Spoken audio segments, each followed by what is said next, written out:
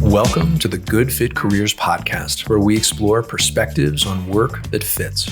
I'm Ryan Dickerson, your host. Today's guest is Kevin Wertz. Kevin was the Chief Marketing Officer of SmileDirectClub. SmileDirect provided 3D printed aligners to help people straighten their teeth, along with a range of other products and services. SmileDirect had 6,300 employees and generated $450 million in annual revenue. Prior to SmileDirect, Kevin was the Chief Executive Officer of Campbell, Ewald, a full-service advertising firm with 500 employees. Kevin started his career as an assistant account executive with Donor, where he worked his way up to vice president over the course of 8 years. In 2007, he joined Campbell Ewald as a senior vice president account director. Kevin was promoted to managing director, then president, and became the chief executive officer of Campbell Ewald in 2016. In 2023, after nearly 7 years as the CEO, Kevin joined SmileDirect as the Chief Marketing Officer. Kevin, thank you for being here. Thanks for having me, Ryan. It is a delight to have you on. So I find your background incredible and fascinating. I would love to hear a little bit about how you see your work today. Yeah, well, first of all, hearing your career summed up in 30 seconds like that so eloquently makes it sound easy and linear, right? But it definitely was not either of those things. And I think, along our conversation today, we'll go into some of that. But I think that's, one of the things that I hear when I listen to podcasts or read about people is they always make it sound so like I knew what I wanted and I did it and it was perfect along the way. And it's rarely like that. But it's like I when I had kids, no one told you how hard it was going to be. Same thing for careers, right? So while that sounded lovely, there was a lot of things in the way and things that changed along the way. But I just wanted to start with that's not a common path and it's not an easy one. Well, good. And I think that's so important because when we look from the outside, it is so easy to have that perfect snapshot, right? You've made it to the top of the world, right? You're a C-suite executive at a huge company. It is a messy process. It is kind of a wild ride. And maybe tell us a little bit about that to start. How did it go? What was your experience like kind of getting there? And then we'll dig into all the rest. Yeah, for sure. I was not a great student in high school. I think like a lot of kids did well on tests and didn't want to conform to the rigor of having to show the teacher that I could do a problem 700 times accurately to get a good grade on a test. And so it wasn't for me, right? So I did fine, like I got it right, but it wasn't a focus of my life and I didn't do well in high school. And so I went to college. Initially, I went to Western Michigan University and, they asked you early on, what do you want to major in? I'm like, I don't know. How does a kid know this unless they just want to recreate what their mom or their dad did? You watch Law and Order and you want to be a lawyer, or you watch ER and want to be a doctor. Outside of that, there's not a lot of help for these kids to know, what are your choices? And so, I said, boy, I want to work in business. And more specifically, I'm like, shit, I don't know. I guess finance, right? Yeah. And so I was majoring in finance at Western and I was paying for school myself and just taking out loans. And I'm in these classes thinking to myself, this is not interesting to me. I can't imagine doing this for the rest of my life. And it, hit me at one point, after I think maybe my second year at college, why am I continuing to go into debt if I'm not even sure what I want to do? And so I remember I told my parents I wanted to stop going to college for a while and figure out what I wanted to do. And, that's a big red flag for a parent, oh my God, you're never going to go back. You're going to be living in my basement forever. And, because it's not a, traditional path, if you will, to take time off from college. But, I graduated high school in 1991 and graduated college in 1999, and I did not get a doctorate. I graduated with a bachelor's degree, right. But I took 3-4 years or whatever it was off, and in that time, I moved with my now wife. She's my girlfriend at the time. We moved to Arizona together, and I just wanted to experience a different part of the world and a different culture, and ended up working, full time to save money for college and got in-state residency in Arizona, which is great. And in that time off, I had a chance to talk to a lot of people that worked in business. What does an HR person do versus finance versus accounting versus back office versus management or whatever. Yeah. And I was sort of drawn to the idea of marketing. When I talked to folks that worked in and around this industry, I felt like that's something for me. And so by the time I had in-state residency in Arizona, I was like, boy, I actually have a better understanding of what I really want to do. And then when that happens, school is very easy, right? Because you're doing something that you're passionate about. And I try to continue that idea on throughout my career, right? If you're doing something you're passionate about, it's easy, be it school or your first job or your seventh job, whatever it might be. So ended up graduating with a marketing degree from Arizona State. And it felt like, finally, after however many years of my life, I understood like, boy, this seems like the right fit for me. Beautiful. Was there a moment when you figured out that the marketing path was the right one? I don't think a moment, there wasn't like an epiphany. It was more of as I learned more about it, what the role is like, because no offense to people trying to help kids in high school or college, but like, you don't understand what your day-to-day job is going to be. I mean, they say, here's your potential career path and you can do this, or this. And you're like, I don't know what that means. Right. So, but the more I learned about people that worked in and around marketing, what they did like on a daily basis, like what an average day looks like. And the fact that there actually was no average day, I kept hearing that from people. There is no average day. I'm like, boy, that actually intrigues me, right? So if there was like a moment, it was when I pieced together that seemed like a typical thing in marketing, is that there is no average day. And that appealed to me. So school was a challenge. Trying to find that right path was tricky. The education took a little bit longer, but once you started to see, okay, there's enough diversity in my day-to-day, there's enough challenge, this is interesting enough, that it kind of clicked and it became a little bit easier. How did that go from your completing the degree, getting there after your, PhD level tenure here, to getting into that first job? What was the interview process like? How did you land that first one? My wife, now wife, and I, we wanted to move back to Michigan. Loved Arizona, but family in Michigan. So wanted to move across the country and move to the Detroit area. And I didn't grow up in Detroit, so I didn't have a huge network of high school friends or parents that have kids or whatever in the industry. So, I knew I wanted to work in advertising, like not just marketing. I want to work at an ad agency. And I researched, like the top 5, 6, 7 agencies and just did research around them, as opposed to coming in blind and saying, hey, I'm graduating, can you hire me? Understand what pieces of business do they represent? Are they part of a publicly traded company? Are they independent? Who are the hiring managers? What does it look like? So when I finally did, make my first attempts to introduce myself by email, in the moment, it was pre-LinkedIn, I had something to talk about, right? And just tried to present myself in a way where, as opposed to hiding from the fact that, I was 24 as an entry-level job versus 20 or whatever the math was in real life. I put it out there saying, listen, like, I took time off from college, didn't know what I wanted to do.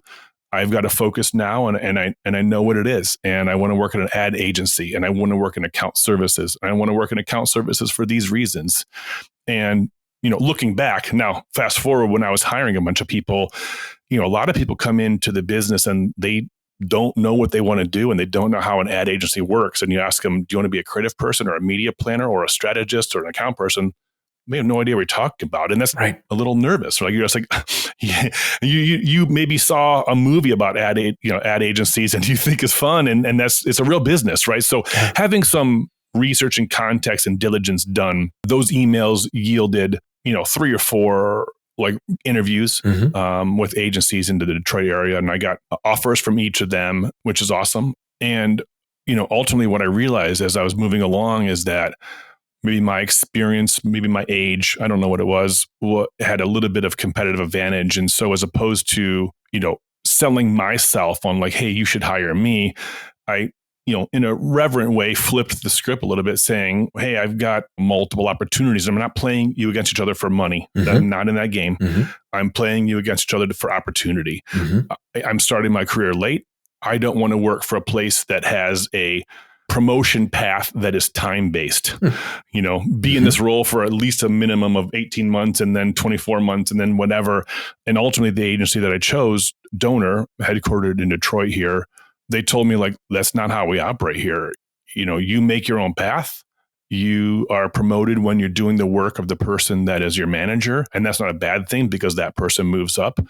and you get to progress as quickly as you want to or able to at this agency. And no one else said that. And I took the job for that reason. And listen, they held up their end of the bargain, which is amazing. And so it really jump-started my career. I was 0 years of experience, and I'm working with people that are much, much younger than me. They're probably in middle school when I was in high school. Yeah. Not that I wanted to just, quote, get ahead for the sake of getting ahead. I wanted to get ahead because I wanted to be able to affect change and implement things that I thought were interesting or whatever. So anyways, that's a little bit about my interview process and how I selected my first company. And it sounds like just being real about it, being honest and clear and humble in your approach and just being direct. Maybe that built the level of trust that was required to get offers from all these firms. For the sake of the audience out there, can you help us define the difference between advertising and marketing? So marketing is a broader category. And if you go to any marketing class, they talk about the 4 Ps: product, price, promotion. Product, price, promotion. You got this. It's the fourth one. Holy cow. See how long it's been I've been to college. Well, advertising is the promotion part of it, right? Mm-hmm. Where you are creating ads, be it on TV, be it in social media, radio ads, whatever it might be, but it's very focused on telling that story externally to consumers, where marketing is the whole suite of, what product do I want to even sell? What audience do I want to go after? What's my price point going to be? Am I going to be a premium product? I think I used to always tell people I would show a picture of 4 white t-shirts that have no logo on them. Mm-hmm. So there's no logo. So externally, they all look like a white t-shirt, and one is a Hanes for $4 and one is a Prada t-shirt for $150 or whatever they're selling for now. That is a marketing decision. Where do I want to compete? Marketing is way broader than just the advertising communication itself. But I chose to start on the ad agency side. The reason I chose there is because I wanted to learn about different industries. Mm-hmm. I worked in healthcare and alcohol and automotive and financial services and everything in between. Yeah. And you're learning about different consumer behavior because you're working in these different industries where client-side marketing, you're working on one product or one specific company, you're going very, very deep. I wanted to go broad at first, and I did that for the bulk of my career. So you got a lot of exposure. You got to see a lot of different industries, work with a bunch of different companies. What did you learn about yourself in that first job? It's interesting. I was working on Progressive Insurance in my first role, and I remember reading one of the annual reports from Progressive, and the CEO at the time of Progressive was a huge supporter of the arts. And so his annual report was filled with really beautiful artwork, and so was their headquarters. But one of the full pages in the annual report was a quote from Andy Warhol that I'm probably going to butcher, so I apologize in advance. But it was roughly, in my mind, it said, they always say that time will change things, but you actually have to change it yourself. Yeah. And I remember reading that and I was that's profound. And so I literally cut it out and I hung it on my stupid little cubicle wall. And my tiny cubicle was the only thing that could fit on the wall at the time because seniority was represented by the size of your working space. Obviously. Right. That makes sense. That stuck with me, right? Is that you think about that notion of time will change things, but you have to change it yourself. And I don't mean change for change. Whatever it is, I'm going to learn more or get better or advocate for equality or whatever the heck you are passionate about. Yeah. You can't wait for it. Right. And so bringing it a little bit closer to, reality of my business or what I did, as we talked about earlier, I wanted to get ahead. I wanted to move along more quickly. And so when I think about changing it yourself, that time won't change it, I realized that whatever my job description was and my tasks were in a day or a week, if I could do that either more efficiently or off work hours, and I promised my boss and my boss's boss, I would get that work done at a high quality. Mm-hmm.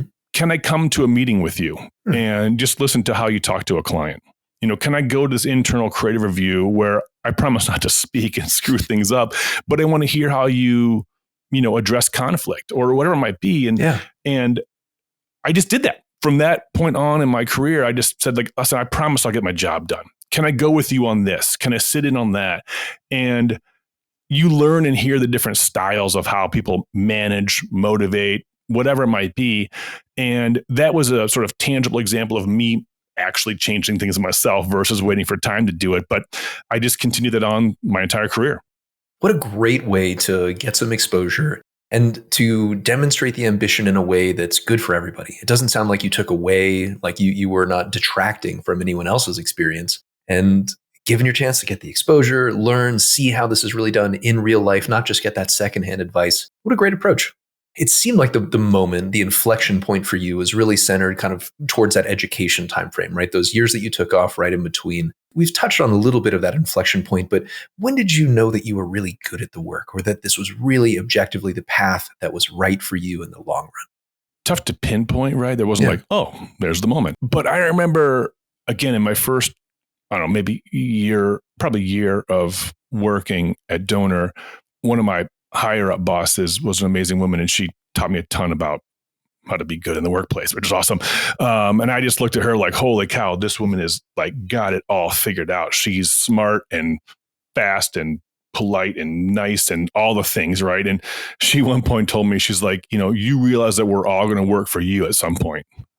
And, I laughed at it. I'm like, that's hilarious, And then like a couple of weeks later, she's like, I'm serious. Like, do you understand that, ad agencies go through, people at your level and just churn them out. I mean, you come in there expecting something and the work is too much or whatever the case may be. But, and it's not that she just said that, but like, it made me sort of like pause for a moment and think to myself, like, this doesn't feel like work to me.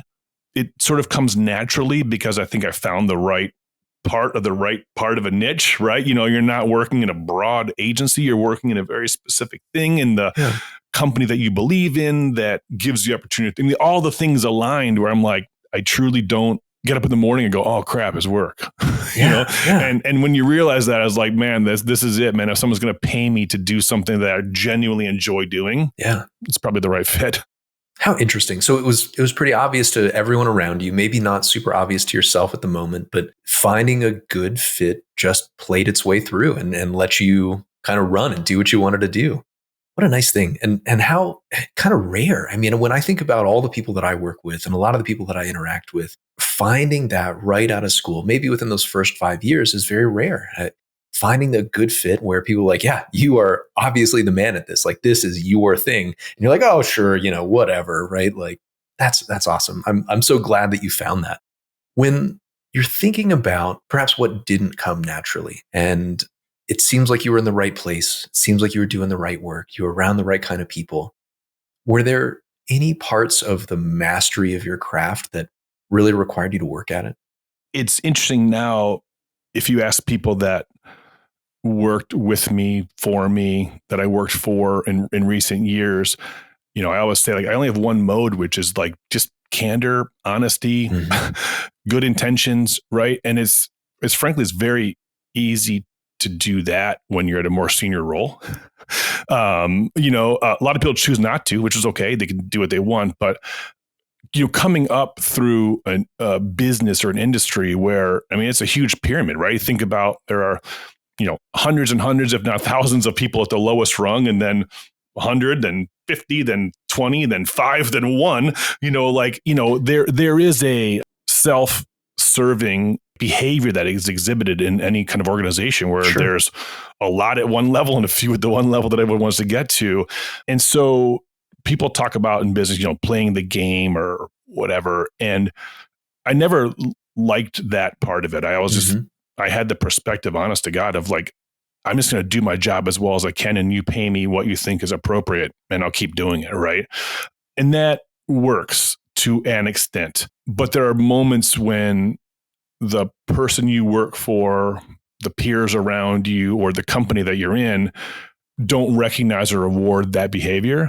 And so you have to learn how to either adapt to that environment and never change who you are, never change what you believe in and how you choose to act, but find a way to break through. So I tell people all the time, like, you can find a great mentor, which is awesome, and you should, but you have to be your own best advocate, right? And that's not bragging. That's not taking credit for others' work. You got to find a way that makes it make sense for you. Like, I would always talk about, our team did this and we succeeded, and these things are amazing. And that was my way to break through, is that sort of showing to my bosses that as a leader or a manager or whatever it might be, me and this group of people can do amazing things. And it was always, that was my way of trying to brag, where, we're doing good things. Cause you do have to point it out. If you think about, the agency I was at, Donor at the time was 1,000 people. Mm-hmm. And if you don't brag or merchandise your work or something, you won't get noticed. Right. So the thing I had to work on the most was, how do you be your own best advocate? Yeah. And merchandise your value to the company in a way that aligns with, who you want to be, right? I mean, because it's easy to say that in a meeting and then go to your boss and say, that was me, right?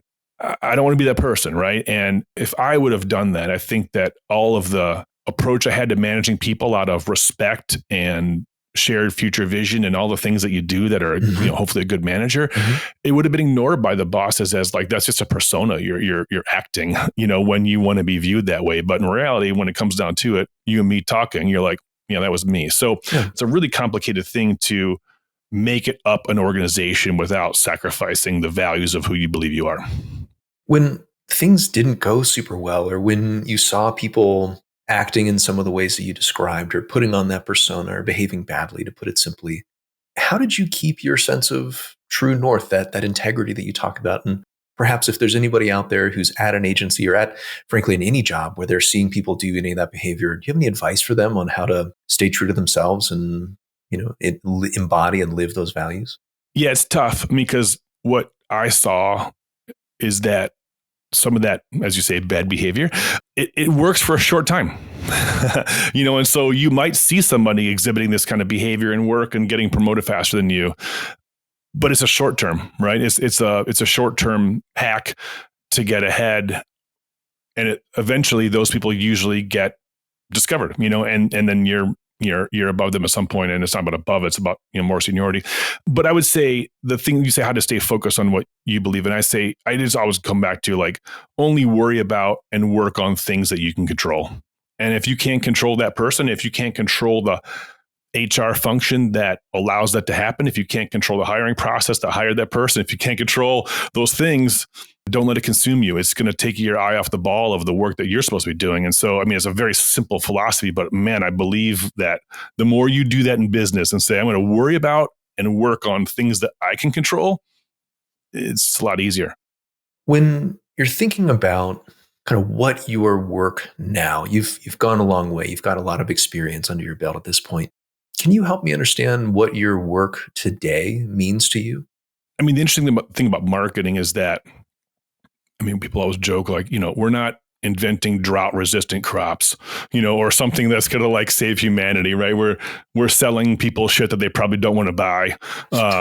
If you're cynical about it, if you're not cynical about it, you're helping, small and medium businesses succeed and whatever, so there's a real role for it. But I find the reward of my work in developing, mentoring people, of trying to find a way to have, increasing larger and larger number of people that are responsible, that you're responsible for, work in a unified way with a shared vision and see what they're capable of doing.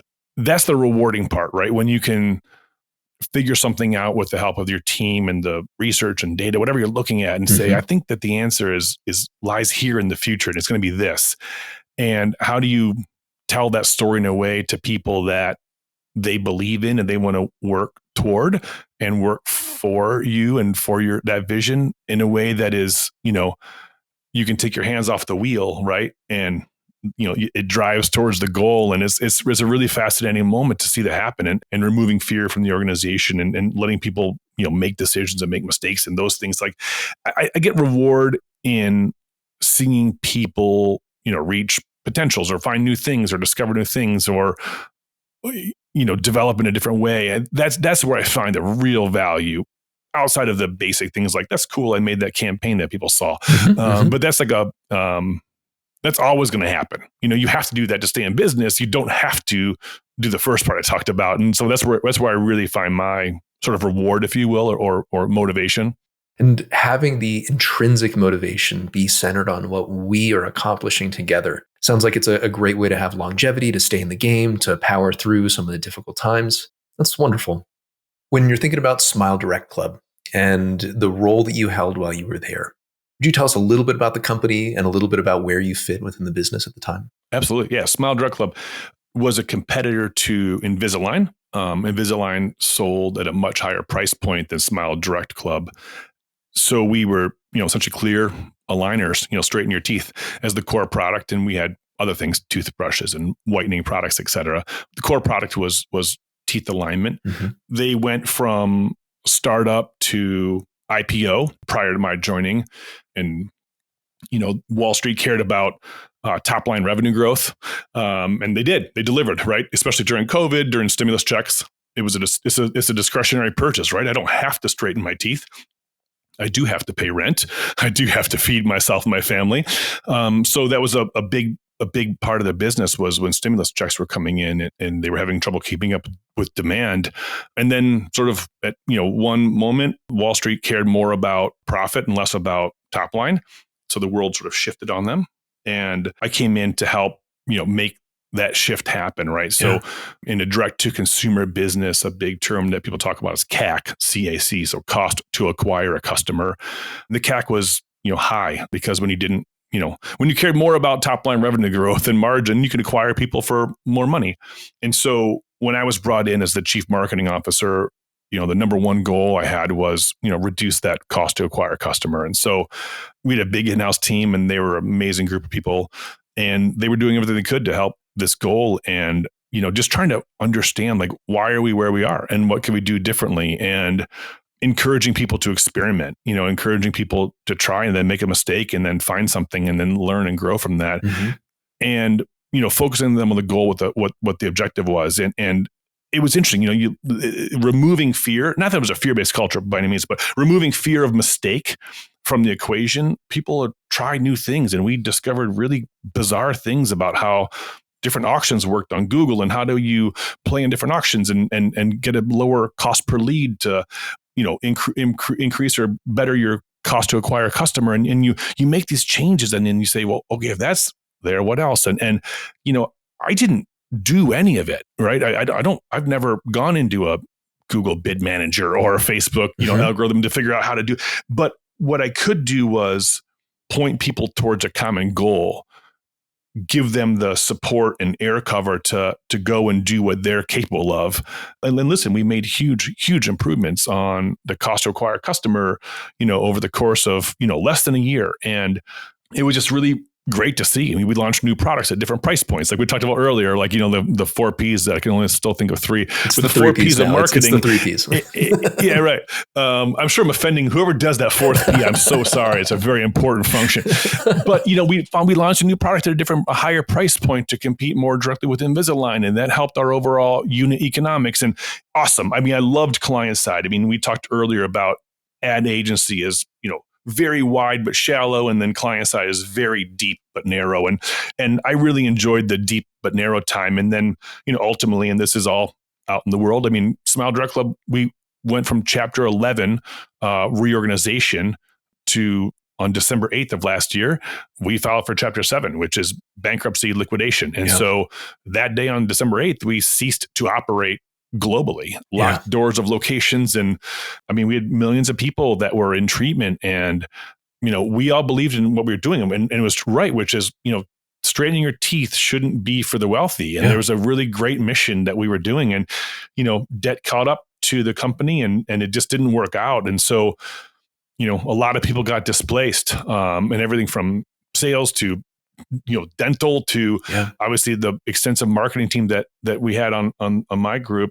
And so, I spent the better part of December just trying to figure out how to find homes for really great marketers because it's tough out there. There's job postings that get 1,000 resumes in 24 hours. If you see on LinkedIn, you're like, how is that even possible? Right. Let alone if you're the hiring manager and saying, how do I sort through these people? And so getting a recommendation or referral from somebody in its role hopefully helped. And so try to find a bunch of roles for a bunch of good people. And so it was a short-lived role. I mean, less than a year, a little bit less than a year in SmileDirectClub, but really a cool opportunity to go from broad and shallow to deep and narrow. And I loved that shift. I'm so sorry to hear that the way things played out for the business broadly, your team, everybody there. If anyone's listening and needs some great marketing talent, feel free to reach out to Kevin. We'll put his contact info here in the show notes. We'll get back to the conversation shortly, but I wanted to tell you about how I can help you find your fit. I offer one-on-one career coaching services for experienced professionals who are preparing to find and land their next role. If you're a director, vice president, or a C-suite executive, and you're ready to explore new opportunities, please go to goodfitcareers.com to apply for a free consultation. I also occasionally send a newsletter which includes stories from professionals who have found their fit, strategies and insights that might be helpful in your job search, and content that I found particularly useful or interesting. If you'd like to learn more, check out goodfitcareers.com and follow me on LinkedIn. Now, back to the conversation. Something that I found fascinating about your journey is that you made it all the way to Chief Executive Officer, top of the house, and then took the opportunity to become a Chief Marketing Officer. Can you teach us a little bit about why, and then also what that transition was like for you? It's interesting in ad agencies, probably in other businesses as well. There's this thing that happens over and over again where if you're a great copywriter, I mean, you're writing brilliant, beautiful, headlines and, jingles, whatever you're doing, right?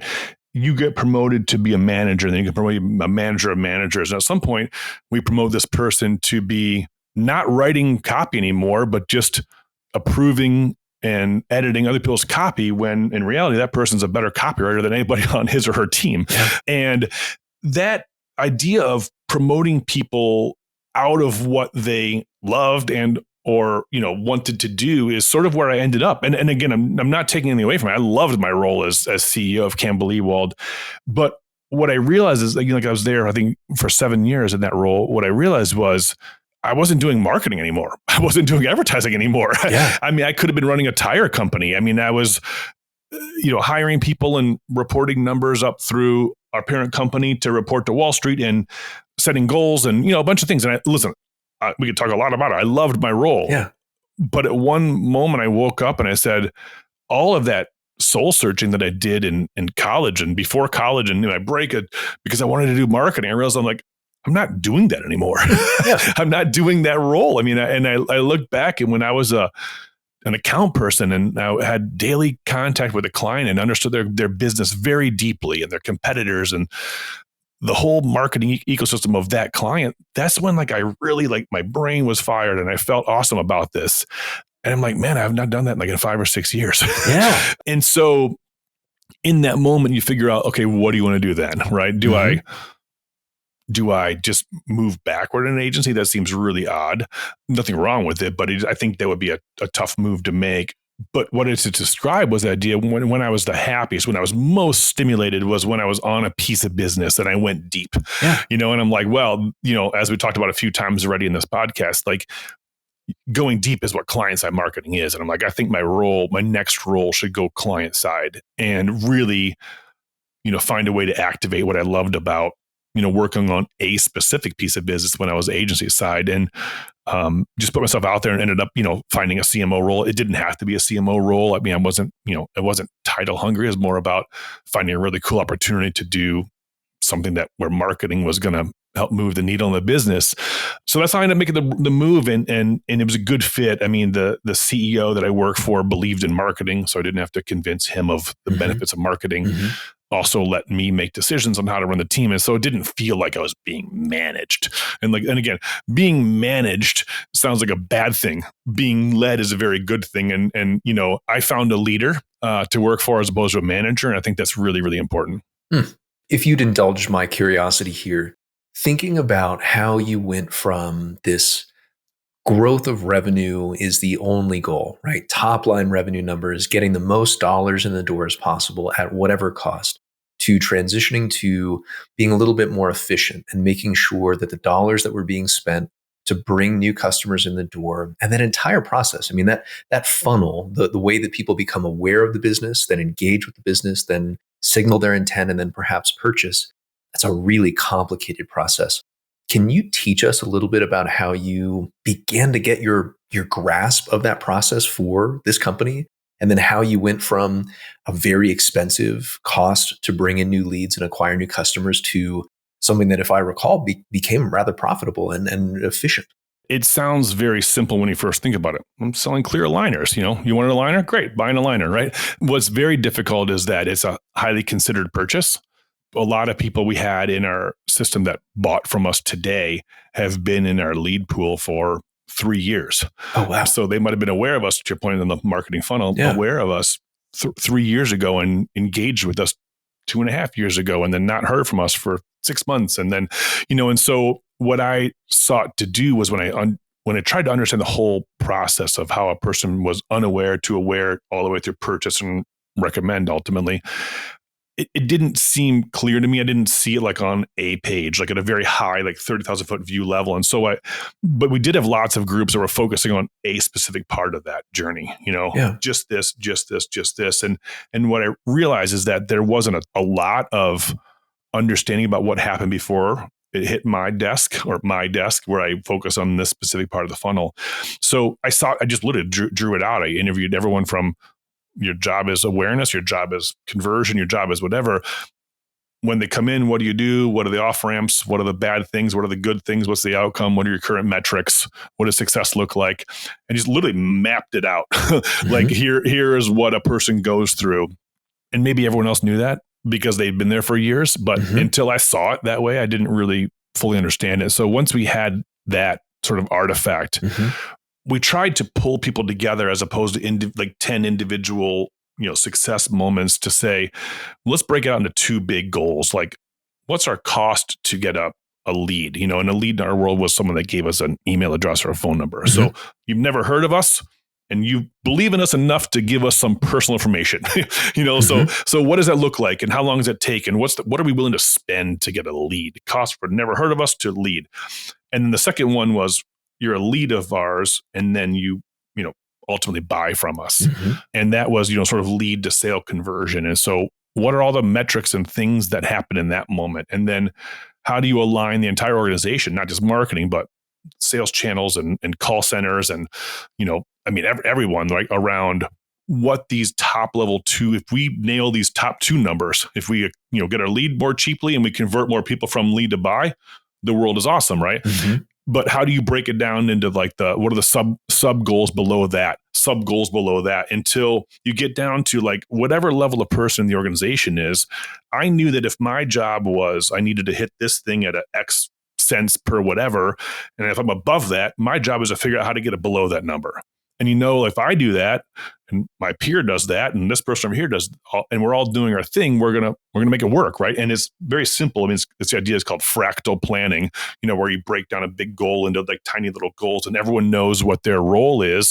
And if they all do their role, we're all going to succeed. And it's not just that, but that's one of the things that really helped us, and make the major improvements in our cost to acquire customers. That we understood that, where the big wins come from. And if I can move this by 1%, it's way more impactful than moving this over here by 20%, right? And if you understand where those big levers come from, you start focusing time on the things that matter more.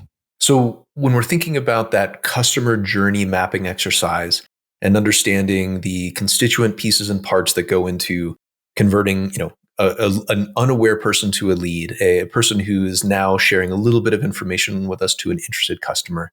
Let's imagine that we've got a chief executive out there, or just a small business owner, anybody out there who's trying to make the public aware of their product and service and find that fit. Is there any advice that you'd share for someone who says, oh, it's so expensive for me to get leads and new customers?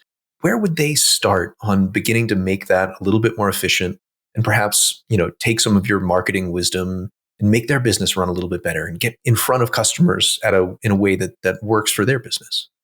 To me, it starts with understanding your consumer, who is ultimately your best consumer. And most businesses, many marketers, many business owners, executives feel that by limiting their consumer base, who they're targeting, limits their sales.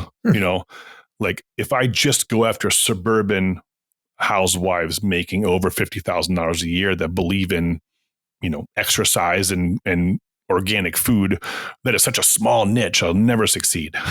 When in reality, you probably will succeed if you do that. Yeah. It's still a ton of people. And so, right. Yes. But I think a lot of people are like, well, I don't want to just focus on them. I also want, Yeah. because I want the P, people talk about TAM, total addressable market. I want my TAM to be bigger, and it's like, and that's fine.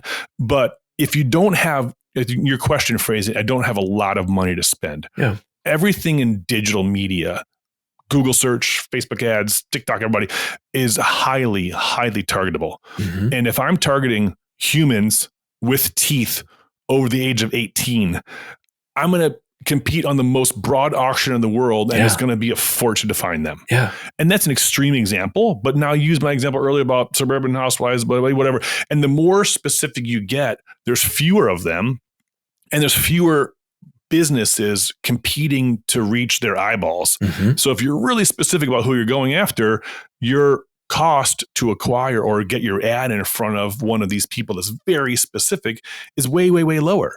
And I would say win there, right? Get them in, make your sales. And at some point you reach that plateau. It's sort of the S curve, if you will. Everyone talks about the S curve, and I sort of start leveling off, then add your second niche audience, and then go on and on and on and on. But most people start way too broadly, and it's too expensive. The last question on this vein here, if you're trying to really master and understand who your customer is and pick that one constituent group that you're going to go after, is there like a deductive process or anything that you would start to think about when it's like, okay, who is my ideal customer? Who's the best fit for me? How do you figure that out? That's a very long process. Sure. Fair. It comes in a bunch of forms. Like you look at opportunities and like, what is your product doing? Are you trying to make a better mousetrap than a brand that's already out there? Okay, that's very different than I've solved a need that no one else has solved. So you gotta start with like, what am I ultimately selling? Am I selling something new and revolutionary? If so, you can follow that curve of leading edge adopters, early adopters. There's research around that. Yeah. If I'm just like, hey, there are 8 nail salons in my 4-block radius, I'm gonna be the 9th. Mm-hmm. You better have a very specific audience you're going for. Right. And it starts with like the basics, like what are their price points? Am I going to be the low cost provider or be the premium provider, as an example? Yeah. Am I going to be, high touch, low touch? Am I going to do whatever? You got to find that angle that is different. And so I would start with understanding deeply who you're competing against, and then having an honest conversation with yourself or your advisors or whoever you're working with about what makes us different and better, and how can we focus on people that just want that.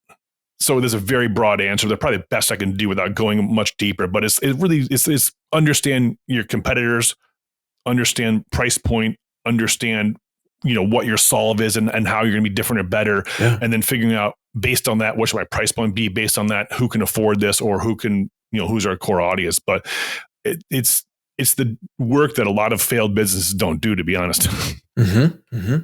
Wow. Thank you. I mean, what a great demonstration of your expertise. Thank you for sharing the secret sauce there. I think valuable for me, and I hope valuable for any business owner out there. You've also worked on a couple of very cool projects beyond just the marketing side of things. And something that I found fascinating about your time as Chief Executive Officer of Campbell Ewald, and part of the time growing up into that role, was how you approached hiring and how you approached structuring the organization, how you approached diversity, equity, and inclusion. I think about how challenging of a concept hiring an objectively diverse workforce is, advocating for the people out there who maybe don't get a fair shake.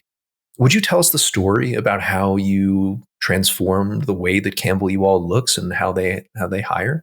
Our agency, the time went through a pretty major issue where we lost a bunch of business, a lot of business. Didn't have anybody in new business calling us to want to work with us. We had employees that didn't want to work at our company anymore. There was honest conversation around like, is this agency who's been around for over 100 years going to be around anymore? And that's the day I got promoted to CEO. And so, it's welcome. There's a lot of work to do. Brutal first day. Right. Yeah, right. Bad first day. What was interesting though, is that, I worked at this company for, I don't even know what the years, 13 years before this. So I knew that there were a lot of people that worked for that company that were nothing to do with what happened in the public and cared deeply about each other and doing the right thing for our clients. And it was a great place. And people always talked about, man, it feels like family and all the right things. And then, so, it was my job in that moment as CEO to, sort of have a conversation with our parent company about like, I think we can do better, right? I think we can come out of this thing, not just okay, but better. What I wanted to do at that moment is find people on the leadership team that cared passionately about this, not because it was something that we had to do to make up for something. It's because we wanted to do it. It's the right thing to do for people. It's the right thing to do for business. And so what we worked very hard on was aligning the idea of who we wanted to be as an agency, and not just for our own internal people, but then like, if we do that correctly, how can we appeal to potential clients that want to tap into that same kind of thing? And so, we set a goal that we wanted our agency to reflect the demographics of our country. Mm-hmm. And it doesn't sound that crazy to say that, but like a lot of agencies do not, a lot of companies do not, right? Yeah. And if you add into that, a lot of ad agencies then and now are on the coasts. They are run by white men, and you look at the population of people that are in their workforce, and it doesn't look like America, right? Mm-hmm. And we were being hired to sell products and services to the whole country, and not just white, coastal male America. And our leadership team didn't look like what it needed to. Our management team didn't look like what it needed to. And you go down the line and you go out and you start setting goals for the company, right? And, I've talked to a lot of different companies over the years about how to help affect change in this area. And I say like, it's, people say, I want to get better at this.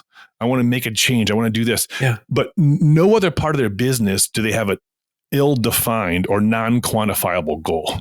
Yeah. You couldn't tell your parent company, I want to make more money next year. I want to do better with profit. They would throw you out of the room. But when it came to like diversity and inclusion numbers, people were like, great, that sounds good. Yeah. And so what we did was we set specific goals. By this time in 12 months, here's what our population is going to look like. And we committed to every year standing up in front of our whole company and saying, here are the number of women, people of color in our company. Here's the number of women and people of color in leadership roles. Here's the hiring of women and people of color. Here's the people that left our company voluntarily or involuntarily. And you look at proportional representation saying, are we promoting, are we keeping, or are we pushing out of our organization a disproportionate amount of the wrong people? And it's amazing when you commit to doing that and you do it, things change. It's like anything else. You put real numbers and real metrics on it. And so we did that, and then what we did is then aligned the idea that our agency is looking like the whole country to clients that are saying, hey, if you're selling to more than just a very small subset of our country and you want to appeal to the broader America, we're the agency for you. And so it was really amazing work. It was very, very hard. Some people didn't believe in it and they left. That's okay. Some people sort of believed in it. Some people were offended by it. Like anything when it comes to this world, are you just going to hire based on diversity? And, we can talk about hiring in a moment. I know we're going to talk about that, but like there's some really specific things that we did in the hiring process to make sure it was fair, but it was also representative. But, you have to, I keep talking about painting this future vision for people. Like what do we want to be as a company? And, one of the questions that we asked on our employee survey was, are you not treated unfairly? Not treated unfairly. It's like, absence of negative is not a wording that you see in most questionnaires, right? Like versus, positioning is saying like, do you think that you can reach your full potential as a company? Or do you think that your gender or color, your skin limits you? Or but like put it in a different way that's much more specific, but an absence of a negative thing was an interesting question. And you just go down that rabbit hole of saying, why are we not putting metrics on these things? Why are we not monitoring these things? Why are we not talking about these things? Why are we asking vague questions on these things? It's because, to your point, a lot of people talk about it, but not a lot of people do it. And you just change it and you say, we're going to do this the same way we do any other business imperative. If there's somebody out there who's running a business and resonates with that and says, yes, I want these things, but that change is very hard and very scary. And I'm worried about people rejecting this concept, or I'm worried about, implementing this in reality. What sort of encouragement, advice, or otherwise would you have for them as they begin to start to measure this change, set their goals, implement the change, live that reality? If you believe in it, like truly believe in it, Mm-hmm. and you want to affect change in your company, you will, and you will meet significant resistance from some people, but you will find huge intrinsic reward in people that come to your company as a result of this. I used to talk about how, especially in advertising, I mean, people leave their job for a $2,000 raise somewhere else or whatever, and you're like, man, you're starting over with a reputation for $2,000. And in business and in marketing, you talk about your moat or price elasticity, how much more you're willing to pay for something. We used to talk about our culture. After we said about this important work, we talked about our culture and caring for people and believing in and actually acting on inclusion as our moat. People would come and try to poach our people, and they weren't leaving. Yes, people left, right? But they weren't leaving for $2,000. They were leaving for, I'm moving my family to Seattle or whatever it is, right? Yeah. So I would say, if you believe in it yourself personally for the right reasons, you will find people that want to take you off that path and divert, and they shouldn't be in your company. But ultimately, you will see people that will gravitate towards your company because of this. And it'll be a hiring advantage, and it'll be a competitive advantage to keep your people. And it's important work. And I think a lot of people think it's a department that you hire for and therefore I'm done, but it's not. It has to start at the top, and it has to be cascaded down and talked about on a regular basis, just like any other business imperative. When we're thinking more broadly about perceptions and misconceptions here, chief marketing officers, just as you were describing before, is a rare breed, right? There are only so many people out there who get to be in that role. How do you believe the world sees the role of a chief marketing officer? If you don't work in the industry, a lot of people, they'll watch a movie about advertising or a TV show about advertising or whatever, however old you are, you pick your reference to what makes sense to you.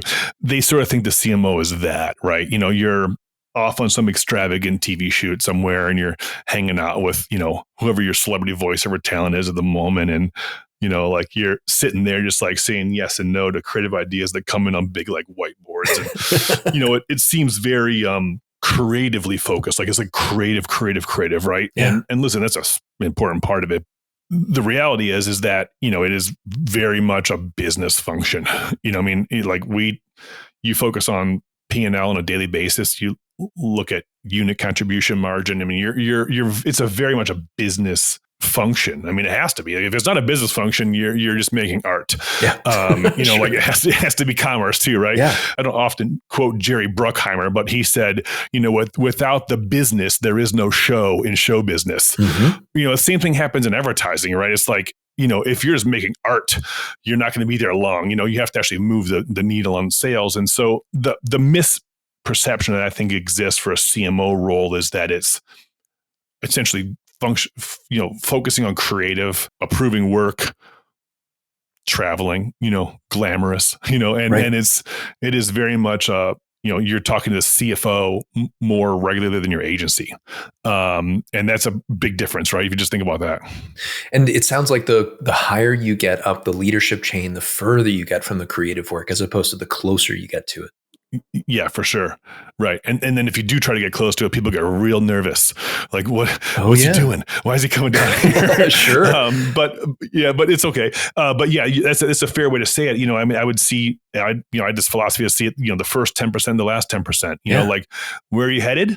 What are you trying to do? And then, did you get there? But the hard thing around creativity is that there's rarely a right answer, or you really know the right answer when you see it. So it's so subjective. And a lot of people have a hard time when they look at that final 10% and say, boy, I would have done it this way instead.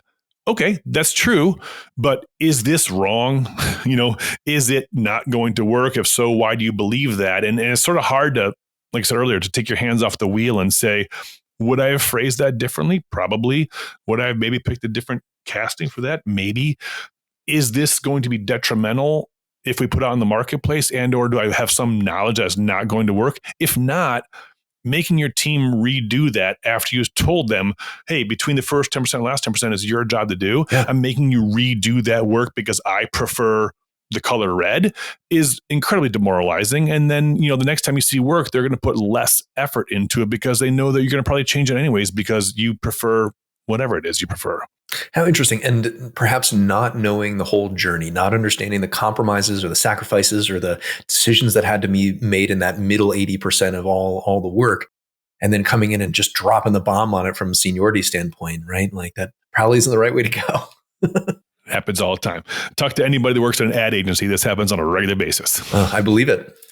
So thinking about being in an advertising agency, thinking about working within a marketing team, if you were to set some expectations for the younger people out there who are considering that career path, how would you help them get a very clear or a realistic, at least, view of what their future might look like if they get into the space?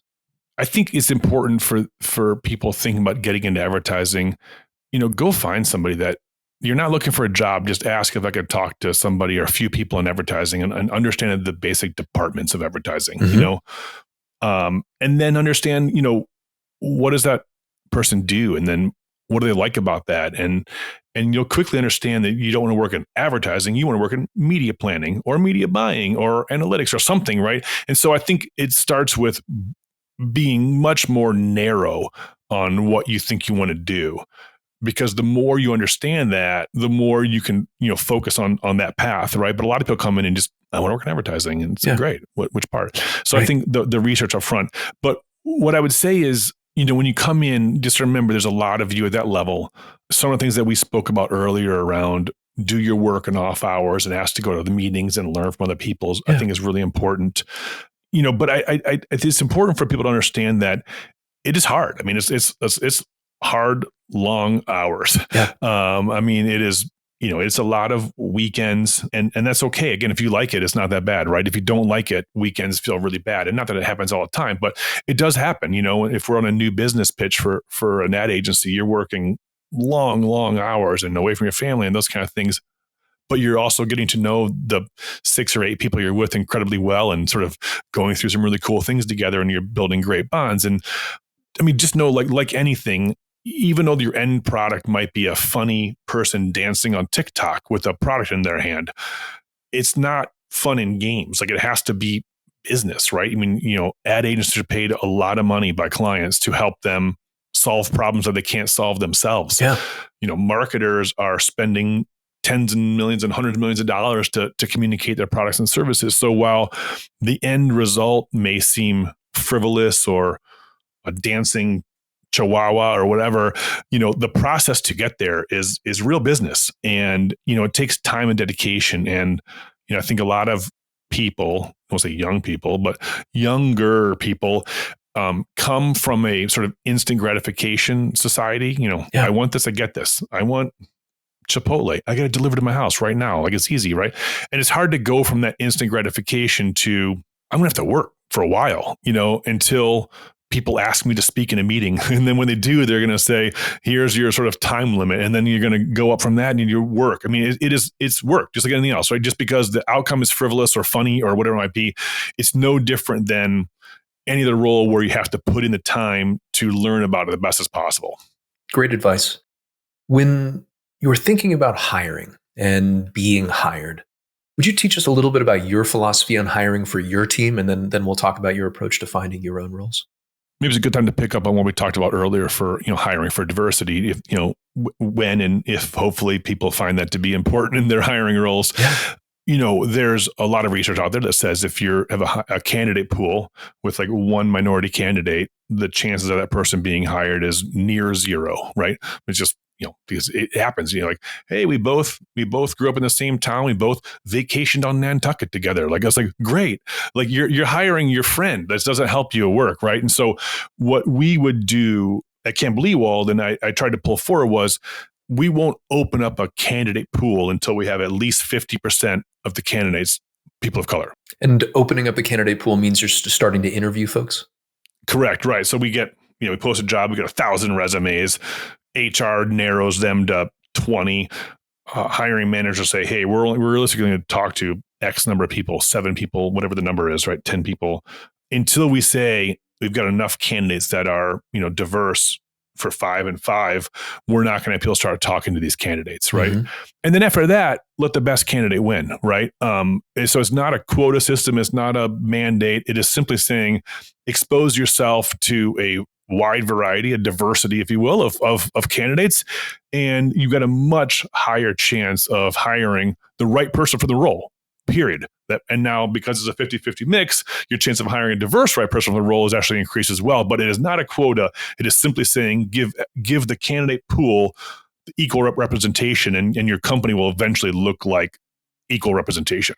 That's very simple, but I mean, I imagine it's much harder to do in practice than it is to talk about. It slows down a lot of times. Like, we got to fill this role. We're dying here. We got to fill this role. We need to do X or Y, and we can't get the candidate pool. We can't get enough. It's like, great, don't open it then yet, right? I mean, and that's where it's easy to say things like that when it's easy. It's hard to believe in that and continue to execute that way when things do get hard. But in those moments, in those hard moments, is when people understand that your commitment is actually real in this moment. So let's say that I'm a hiring manager and I'm looking for someone on my team and I want to follow your approach, and it's been weeks or months and I desperately need the help on my team. How would you think about coaching that executive who needs to hire for their team and is in just like peak search fatigue? How do you think about that? Yeah, I think the idea of this too shall pass. And what I often did was ask them to look at their team of people that were interviewing. Do they look like the candidate pool that you interviewed? If not, why not? Right?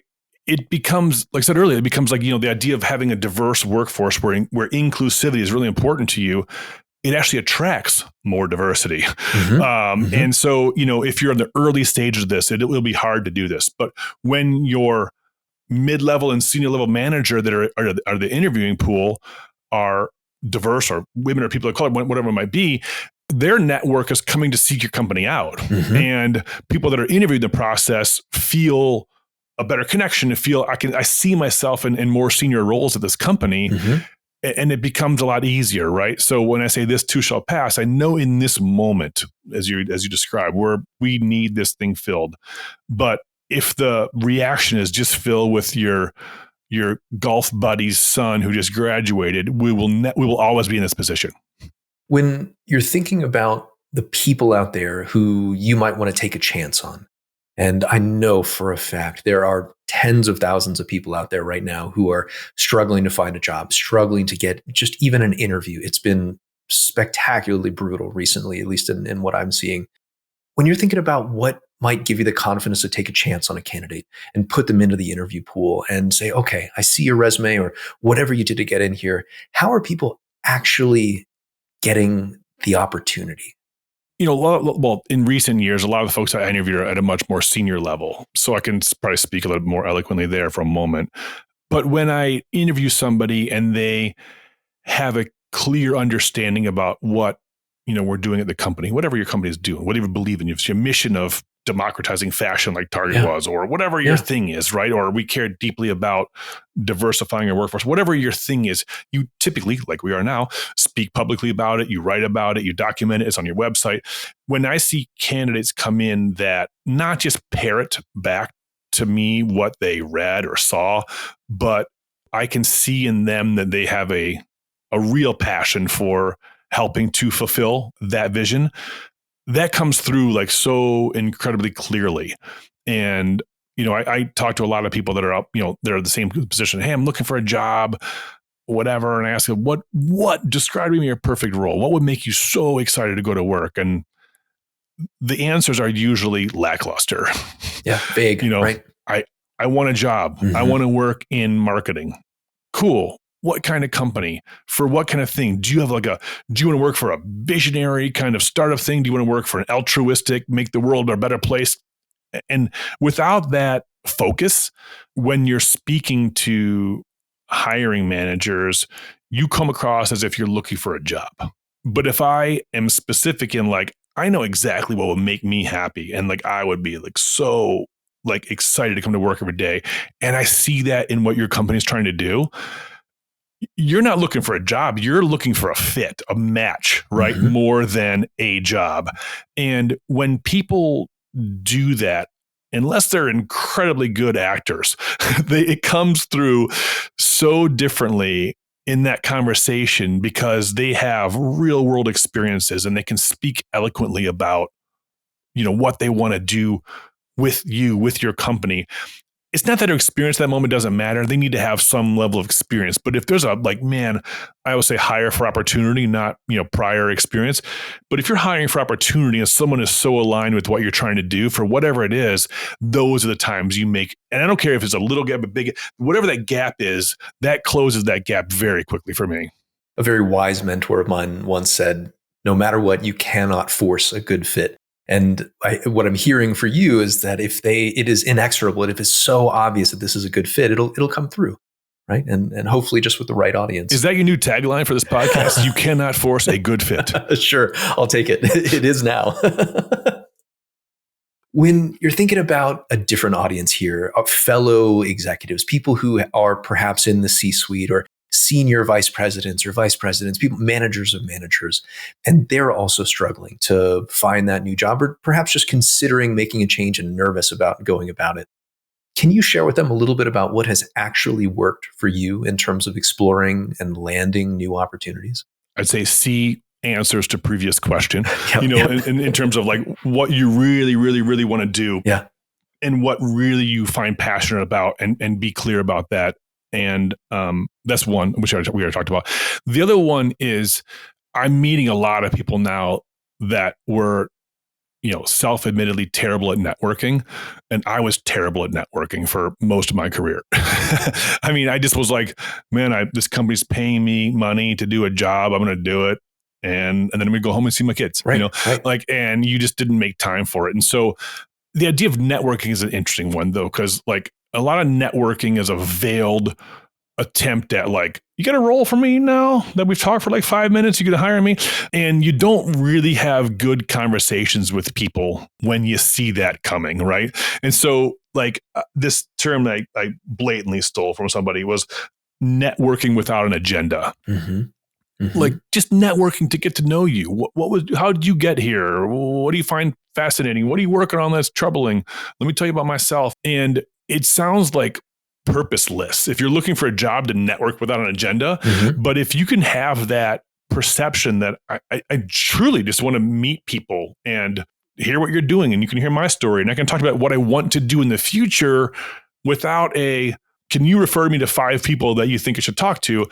It's a different conversation. So I would say like, be as honest as possible. Like I'm just trying to meet people in similar roles, or I have been working in this specific niche and I'm really interested in my next role to move into something a little bit different. So I'm trying to meet people that are like from a non-like background as mine, and people are super awesome with their time. And so I do it through LinkedIn. Hey, do you have 15 minutes to chat at some point? I'm just trying to find people that work in a different industry or whatever your approach might be. Some people say yes, some people say no, it's fine. But I do end those not with can you refer me to people for hiring or for a favor, but like, hey, based on what we talked about, anybody come to mind who you think would be a cool next conversation, right? And people are more likely or more willing to pass you along to somebody when you're not going to end that conversation with an ask, right? And so I would say you do that, and then along the way, you're now making it clear to a large group of people that have a very large network of people, like what your ideal job is, what makes you motivated, what your experience is, what you don't want to do, where you're willing to live, all the things, right? And at some point, that will come back with I was talking to my, former colleague, and they were looking for something and wonder if I can connect you to talk about a specific role, right? Now that's a sort of a long game, right? Sure. Compared to like, something more immediate. But I think to me, you described in that scenario, a sort of senior executive, sort of C-suite kind of environment. I think that to me is the approach that I found works best is that along the way, you're going to meet somebody that's like, I know you said you're not looking, but, and then you've got a really cool conversation on your hands, Right. That's great. That makes a lot of sense.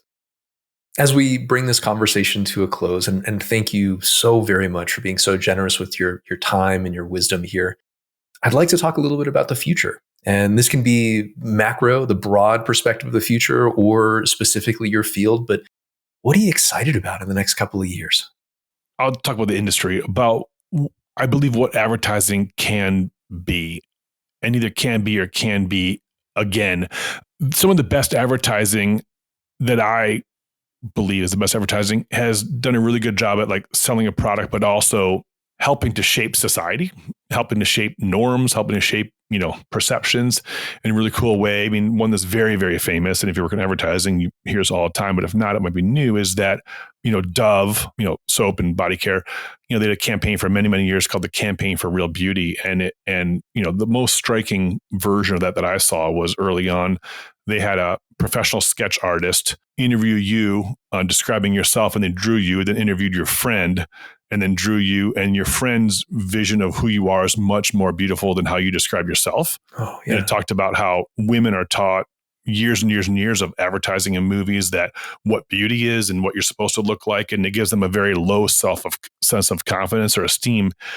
They find a really profound way to help shape, what women's perception of beauty is, at the same time as selling product. And the one quote, I just pulled it up because I don't want to butcher this, but this has stuck with me for a long time. This comes from Professor Turo from University of Pennsylvania, said that the advertising industry exceeds the church and the school in its ability to promote images about our place in society.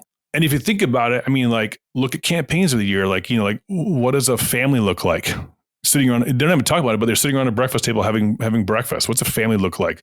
What does a relationship look like? What does beauty look like? Yeah. All these things. Like, I feel like advertising can find a way to continue to help, brands and products and services, appeal to a variety of audiences in the world, but can also do it in a way that is like, maybe like helping a little bit. Right.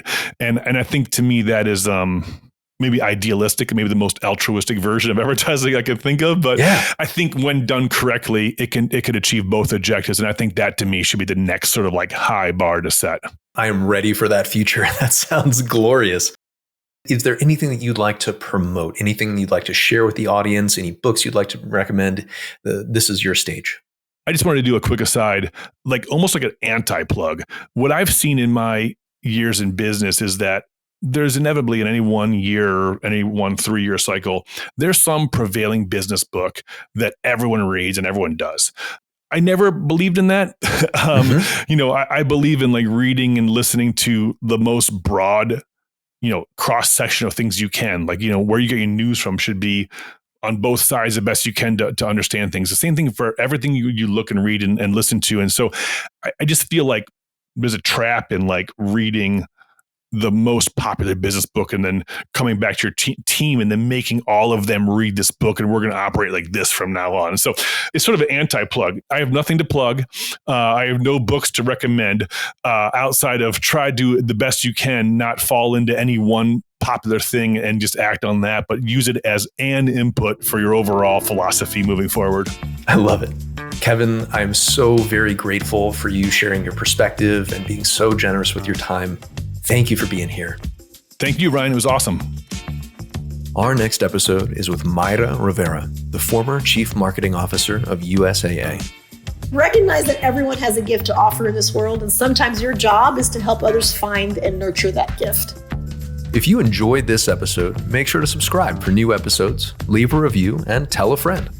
Good Fit Careers is hosted by me, Ryan Dickerson, and is produced and edited by Mellow Vox Productions. Marketing is by Story Angled, and our theme music is by Surftronica, with additional music from Andrew Esperanceta. I'd like to express my gratitude to all of our guests for sharing their time, stories, and perspectives with us. And finally, thank you to all of our listeners. If you have any recommendations on future guests, questions, or comments, please send us an email at hello@goodfitcareers.com.